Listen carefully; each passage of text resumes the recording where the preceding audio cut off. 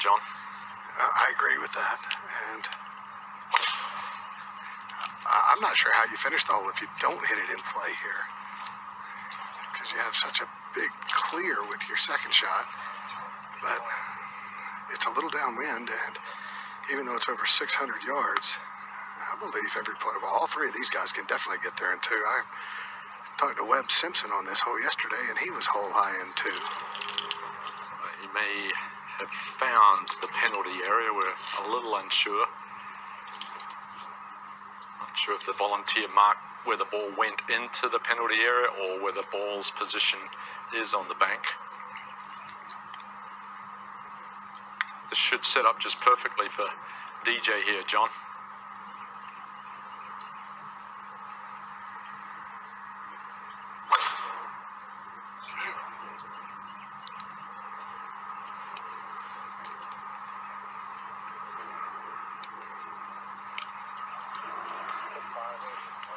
Looks like that landed in the bunker there.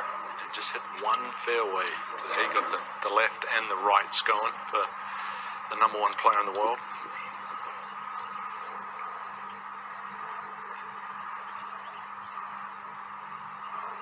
You see Brooks teeing off after a couple of drives, one left, one right.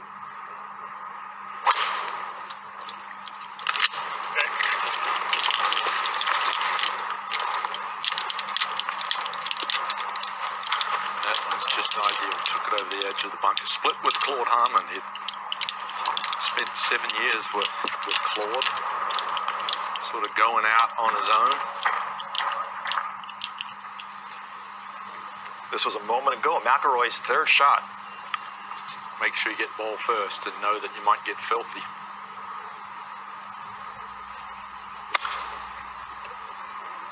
If he gets the same spin that Bill Haas did at the Tour Championship, he does not. There was a little more on the line. At that point in time, 17th hole at Eastlake, went on to win the FedEx Cup. Max Homa, next to go for his eagle here, Craig. It was a rocky start. Obviously birdied the first hole, doubled the par 3, the 11th when he hit it in the water, but great bounce back. And it's a putt that's close to 55 feet, and one that you're really just cognizant of the speed. And there's an adjustment too here, Reed. There's a Southern California guy, loves Poana greens. Obviously, we saw the result at Riviera, but now you flip over and have to make the adjustment to Bermuda. Most West Coast guys loathe Bermuda as much as East Coast guys loathe Poana. So it's more of an adjustment. It's more of dealing with the grain. You can see the change in coloration here. That's into the grain. And then it changes this way. That's straight down grain. So again, that's all about speed. Looks like it's got a lot of pace here.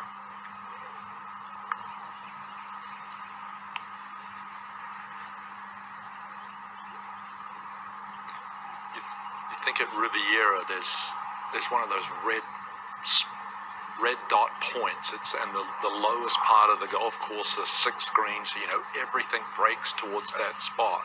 Sometimes it can be perplexing.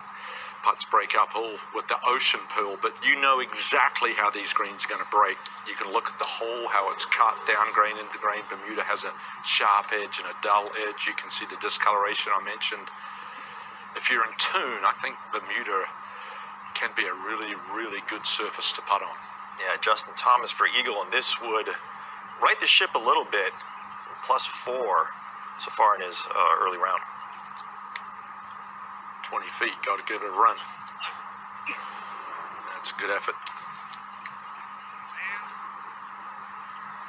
It's a disappointing birdie if he were to put that in, if there's such a thing.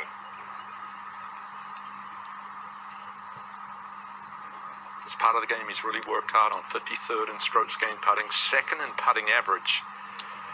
And it's part of the game that betrayed him the last couple of years, and that's why it did make the change from Matt Killeen, who had worked with since his college days at Alabama, but the change to John Graham last year at the US Open.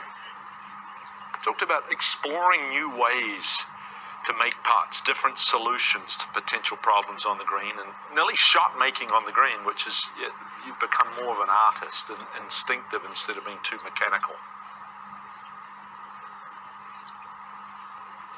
Pick up Max Homa here, and like you mentioned earlier, Craig, he doesn't have the best of records in Florida, but if you take a look at the 2019 Honda, finished 20th, 2020 API, Arnold Palmer finished 24th. So even though he prefers the West Coast, yes, finishes here. The difficulty here was that he'd never played this golf course before, as had many. So then the challenge is learning, and coming off the euphoric high from last week. You're spending maybe a couple of days, extra day, back home in Southern California before you make the trip all the way to the east. And the toughest thing, I think, for traveling west coast to east is you're losing time when you're getting here. So it makes that travel day even more difficult, as opposed to when you're going west, you're gaining time. Right. Rory for his birdie putt to go to -4. That's a good bounce back for Rory. Shot 7 over last week at the Genesis.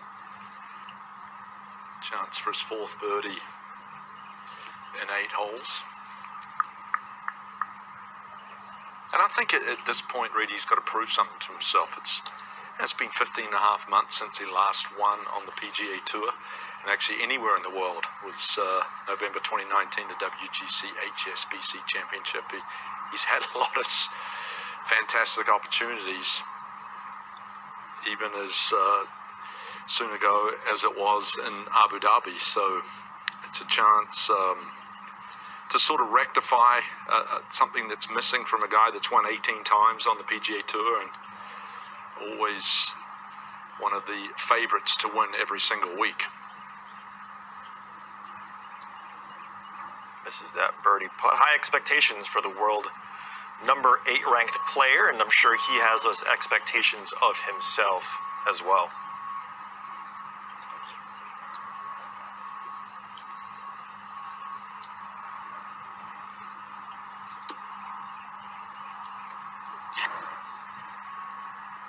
He talked about he's eyeing 2 small improvements in 2021. Just small improvements he talked about would sort of lead to bigger gains, proximity out of the rough. He obviously drives it so far. He's playing a lot of second shots out of the rough, and improvement in putting from 4 to 8 feet. He finds those as performance goals that you practice the correct way and look at slight weaknesses. You make marked improvements of those. That could be the difference. And this one of those length, 4 to 8 feet, drills it. That's a hard save there for Rory. Yeah, I think he'd be disappointed with that read, with the iron into the par 5 to walk away, having to make a 6-footer to save your par. You see that there with the shake of his head. I pick up the DustinJohnson, Brooks Koepka, and DanielBerger group, and grabbing a couple clubs here, John. Well, the interesting thing about this shot is that you see Daniel looking over to his left.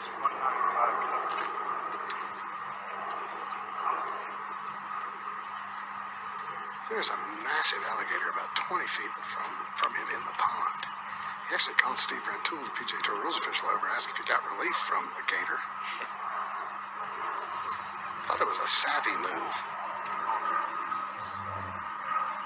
Yeah, if you can still see them, it's okay. But once they disappear, John, then that's when you need to be most cautious. Rennie said that if it was on the bank, we could have a conversation.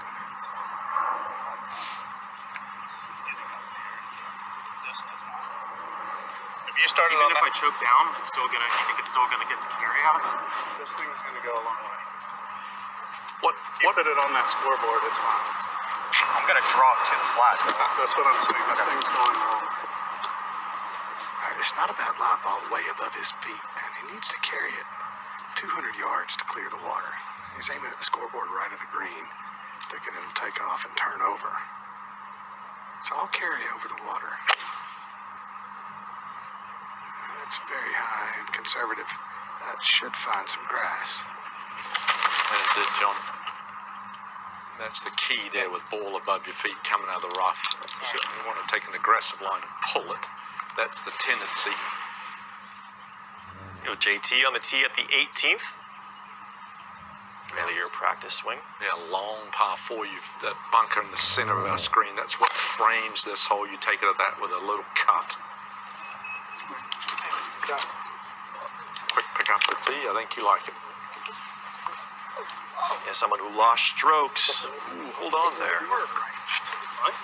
In all key areas last week, something he hasn't done in quite a bit. And you run out of room in a hurry. It's challenging to get your sight lines quickly on a golf course. See Brooks here. Shotlink has him at 204 to the flag. Hole's over 600 yards. That puts the drive right out here in the 400-yard range, doesn't it? Yeah, well, the angle's slightly different. It had it at 340, John, but still a great shot to get it hole high.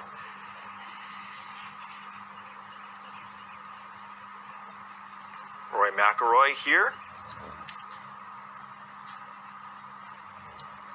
Off the tee. Brought to you by TaylorMade Sim 2. 10.5 degree.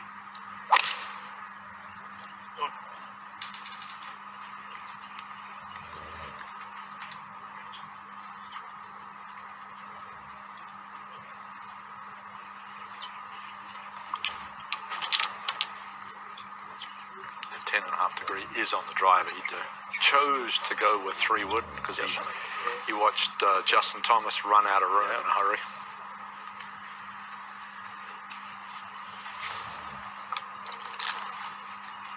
Max Homa next.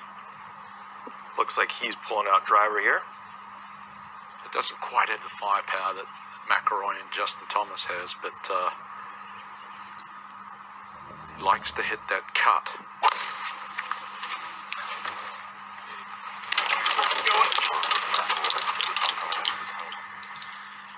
Maybe in a miss hit, but always good to find the fairway. You see Rory here.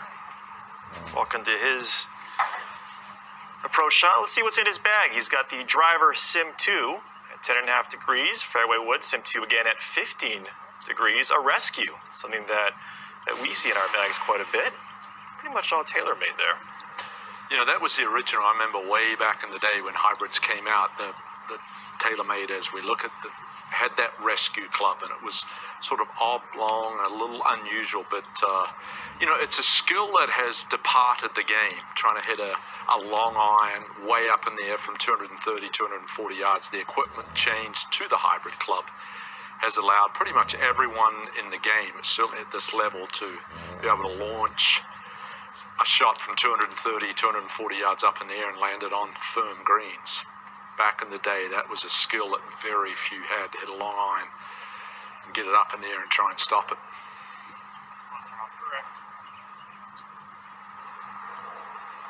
Got to see DanielBerger. Couple drops away from that sprinkler head. Yeah, the ball goes closer. John McGinnis, I have a question. I want to know what rule, how it's classified, moving from an alligator if it's within sort of earshot, too close a distance up on the bank. I want to know where that ruling is classified. I believe that would be a dangerous condition. Okay, that would be. Unfortunately, the rules of golf, as detailed as they are, don't really distinguish between fire ants and alligators. Well said.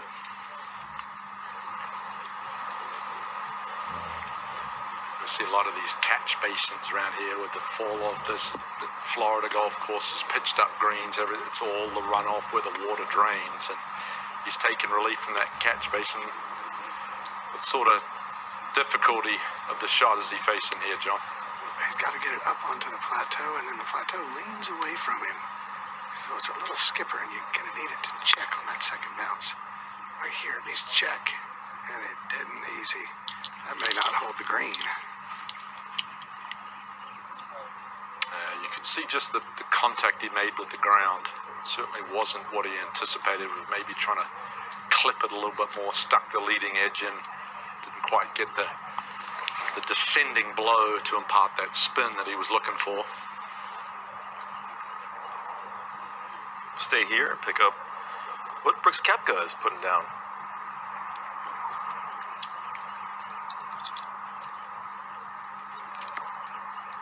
Well, he has his second eagle putt of the 9. All downhill.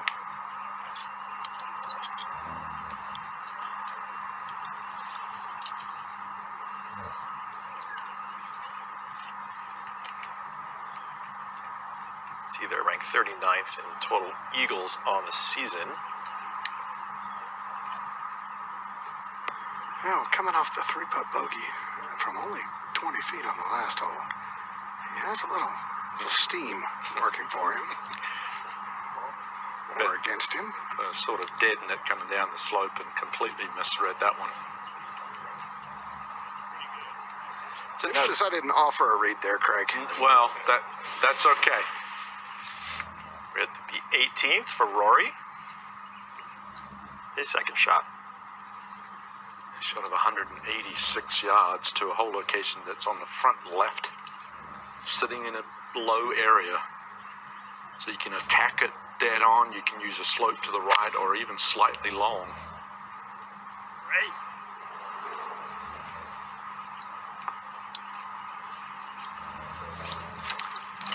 Carried up and over that rise.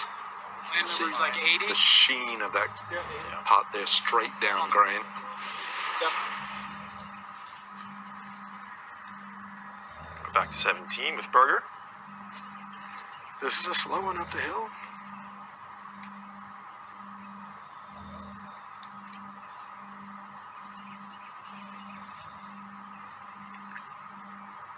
Just short.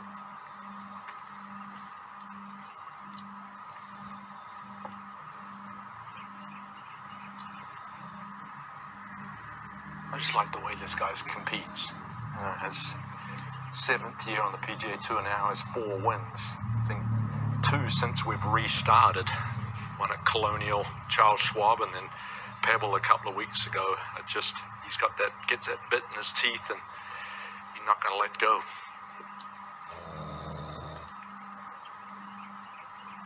Stay here for DJ's birdie putt.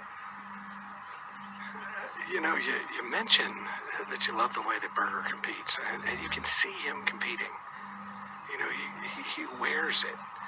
Whereas DustinJohnson, the #1 player in the world, just does all the right things. But you don't really see it in the same way. Although we're about to see some frustration from him, or as frustrated as he gets. Yeah, you're sort of envious of how simple his approach is, John. He doesn't, never beats anything to death. You'd actually like him to get annoyed, but he never does. I think there was a great quote from Jeff Ogilvy about DustinJohnson. Makes golf look easier than anyone he's ever seen play the game. Head on over to the 18th hole for Max Homa's second shot. 184 yards, very similar to what McIlroy was facing. See if he can get it inside Rory's and uses the slope. Man, will it come down or stay up on top? If it stays up, that's going to be such a quick putt coming down the slope. Back to 17 with Koepka for birdie. And to avoid back-to-back 3-putts. And he did it. Still simmering there, John. JT's second shot. That ball well below your feet coming out of the rough. The rough's short enough that it shouldn't be problematic. No more than a wedge here from 150.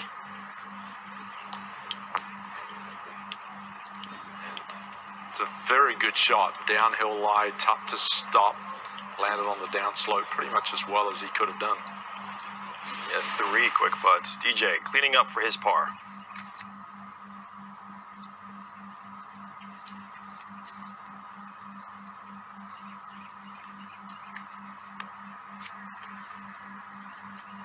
Safely in.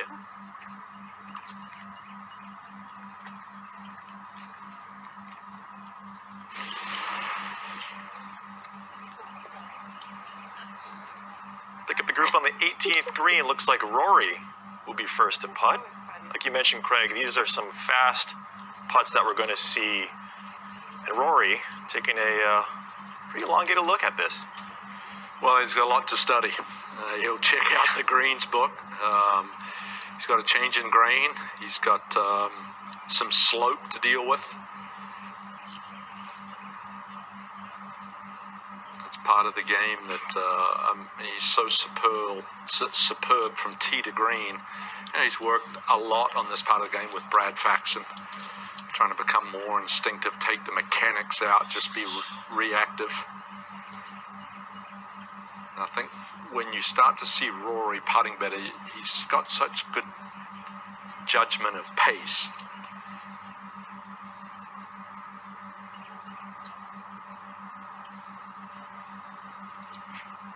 And John McGuinness mentioned this earlier. He talks about, I think we may have a little spelling mistake there, but that's fine. We did have something, yeah. He got the letters right, but just slightly out of order, and we get them all fixed up now. True respect for Mr. McElroy. Might be a souvenir for someone one day. Yeah, but coming down the slope, just see how good his pace control is here. We'll have some movement to it, going through that dark color, which may slow it down because that's been back into the green.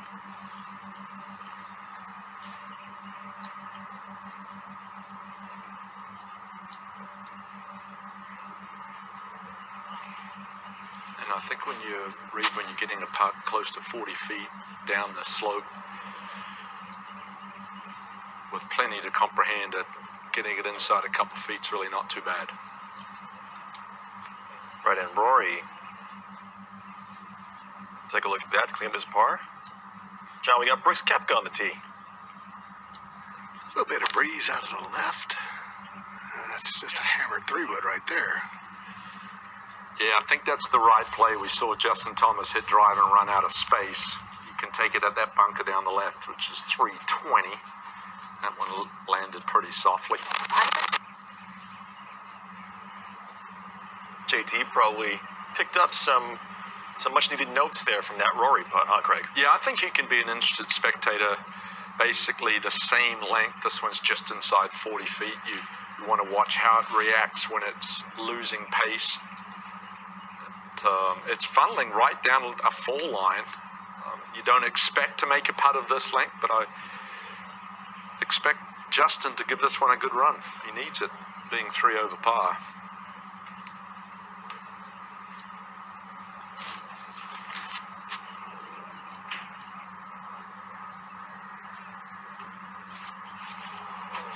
Valiant effort there. Good try from Justin Thomas. He'll clean up for his par.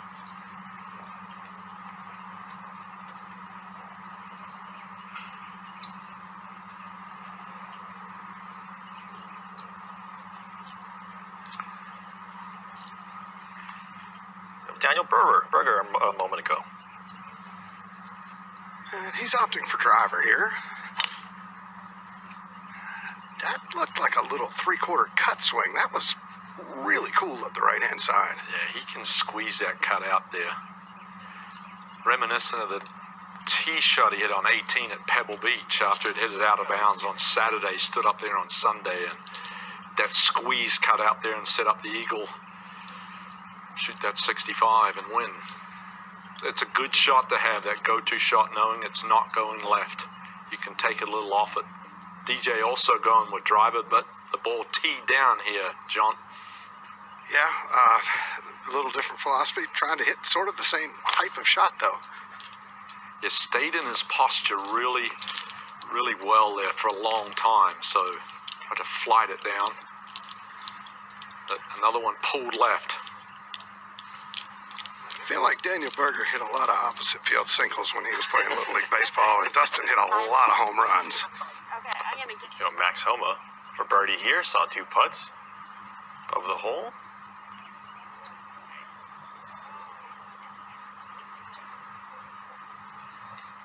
Gonna be too aggressive with that.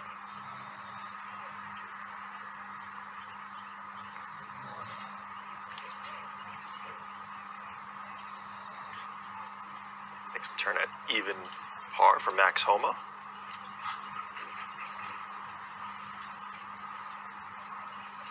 Stay here to see Rory McIlroy hopefully clean up his par putt. I got enough of your attention just inside 3 feet down the hill. That's pretty much a formality.